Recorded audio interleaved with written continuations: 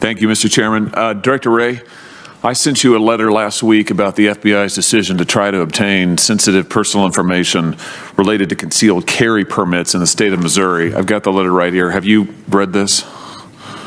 I have had a chance to glance at it, yes. Good. So let's talk a little bit about it. Why is the FBI attempting to audit concealed carry permit records in the state of Missouri?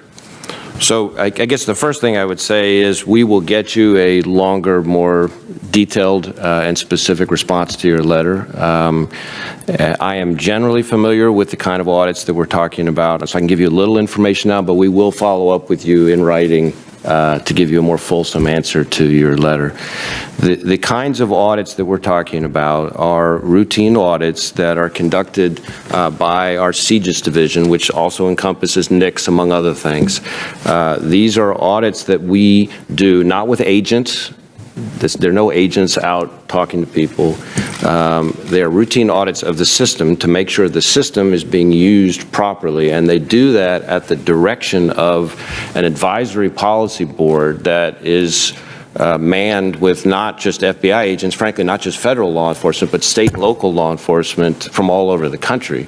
And so these audits go on, they look at small samples in order to make sure the system's being used properly. They're not focused on individuals or their Second Amendment rights or anything like that. And in fact, these audits, which go on, as I said, every 3 years, I think, is the cycle.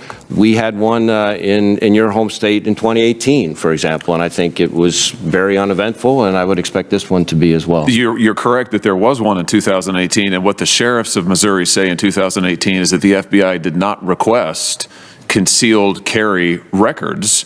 You are requesting it this year. In the state of Missouri, only the sheriffs have these concealed carry records because Missouri law explicitly forbids concealed carry permit information to be turned over to state officials or to federal officials for reasons that you can surely understand. We've seen recently what's happened in California, for instance, when gun owners are exposed, their personal information put out into the public record. So I just want to understand why it is the FBI is now seeking from our sheriffs, and we're talking about multiple sheriffs who have contacted me, who have contacted other state officials, who have spoken to the press, saying that the FBI is now asking for the names of concealed carry permit holders in the state of Missouri. Why is that? If you've not done it before, I don't understand.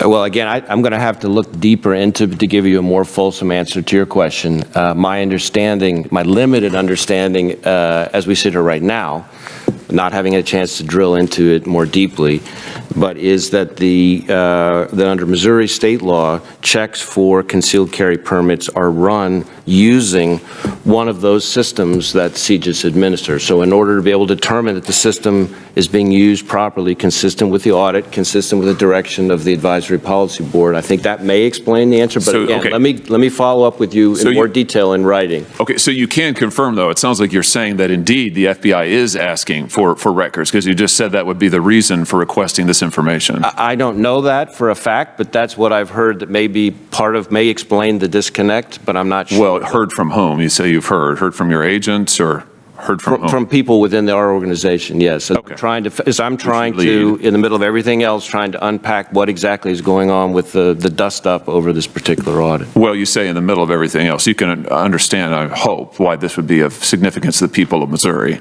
Absolutely, and that's why I've committed to that we will make sure we get you a detailed response in writing. What could you possibly be doing, I mean, with the personal information of these individuals? Let me ask it this way. Are you doing this in other states as well? Are you going to other states and asking for concealed records, concealed carry permit records in other states too, or is it just Missouri? I know we are doing audits, these routine audits in some other states, but I don't know. I think it's a function of different state laws as to what exactly is within scope in terms of the use of the system. Why are you asking for it now from the state of Missouri, from our sheriffs, when you didn't ask for it in the past? Again, I'm going to have to get more information to be able to provide you a written response to your letter. What steps would the FBI take to make sure the information remains private if you're able to obtain it from these sheriffs all across Missouri? Again, I'm the same answer. I really want to be careful not to speak when I don't have all the facts. Okay, so you're not going to answer my questions. Well, No, I am going to answer your question. We're just well, you're not answering them now. Not here, because I don't have the answer. Well, because you're under oath and because you're not prepared to answer them. I'm disappointed, frankly. I sent you this letter days ago. This has been on your radar screen. The Attorney General of our state sent you a letter before that. You've known about this. This is of significant concern. It directly affects Missouri state law. You can understand the position. You've praised your local law enforcement partners earlier today, Director. You're putting them in a terrible position in the state of Missouri. State law says they cannot turn over these personal records. The sheriffs cannot. You are asking them to. Apparently, in an unprecedented fashion, they've not been asked this before. I want to know what in the world you're doing with this. And frankly, I don't like the fact that the FBI is snooping around the concealed carry permit records of Missourians. I don't like it at all. I don't know what you want to do with it. I don't know what you're going to do with the information. But I don't like that you're putting our sheriffs in this position. And I'm disappointed that you're not ready to answer my questions. Let me ask you about something else. Afghan refugees. The FBI is involved, you have said in the past, your agency has said in the past, in helping to vet refugees who were brought here after the botched evacuation by this administration out of Afghanistan. I'm sure you're aware that the DOD Inspector General has said that earlier this year that there are at least 50 Afghan personnel who were brought to the United States who in fact had derogatory information, could be terrorists, could be involved in terrorist activities. 50 of them who've been brought here, released into the United States, can't now be found. That information was turned over to you. I understand DOD gave you that information, asked you to help track down these 50 individuals. Here's my question. A whistleblower has now come forward to Senator Johnson and myself and alleged that the situation is actually far graver than that.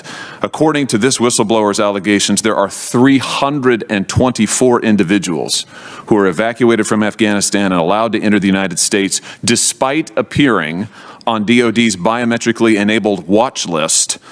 This is a watch list that identifies folks whose biometrics have been collected and determined to be threats or potential threats to national security, including known suspected terrorists. So this whistleblower says it's a lot more than 50. It's 324. Are you aware of this? Has DOD or DHS communicated this to the FBI?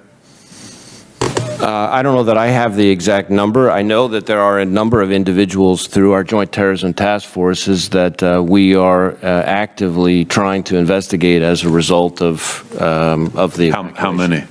Again, I don't know if I can get you the number, but I will see what we can get you as a follow-up. Of any of this nearly 400 individuals now who apparently have been brought to this country despite having some connection to terrorism, have you interviewed any of them? Have you apprehended any of them? I know there have been a number of interviews of individuals who came, lots of interviews, frankly, of individuals who came as part of the evacuation. I think there have been a number of disruptions. How many of those have been arrests, under what charges, and so forth, that I'd have to get back to you on. Last thing, Mr. Chairman, the whistleblower has also alleged that political appointees to the National Security Council and at DOD instructed agency personnel to cut corners when they were processing Afghan evacuees, and rather than administer fingerprint tests on all 10 fingers, for instance, to abbreviate those tests in order to promote rushed evacuation. They also alleged that personnel at DHS who worked on vetting Afghan refugees had been authorized to delete old biometric data whenever they personally want to. Obviously, these are very troubling allegations. Are you aware of this behavior at DHS and DOD? I'm not familiar with the report that you're referring to. I will say that this was a massive number of people to be vetting in an extraordinarily short period of time, and that, in my view, inevitably raises concerns. Oh, I think you're absolutely right about that. Inevitably raises concerns, I think, is the nicest thing that could be said about it. In fact, we know that the basic procedures were not followed. We know that the screening process was not followed. And now we know that potentially hundreds of people connected to terrorism are loose in this country as a result. Thank you, Mr. Chairman.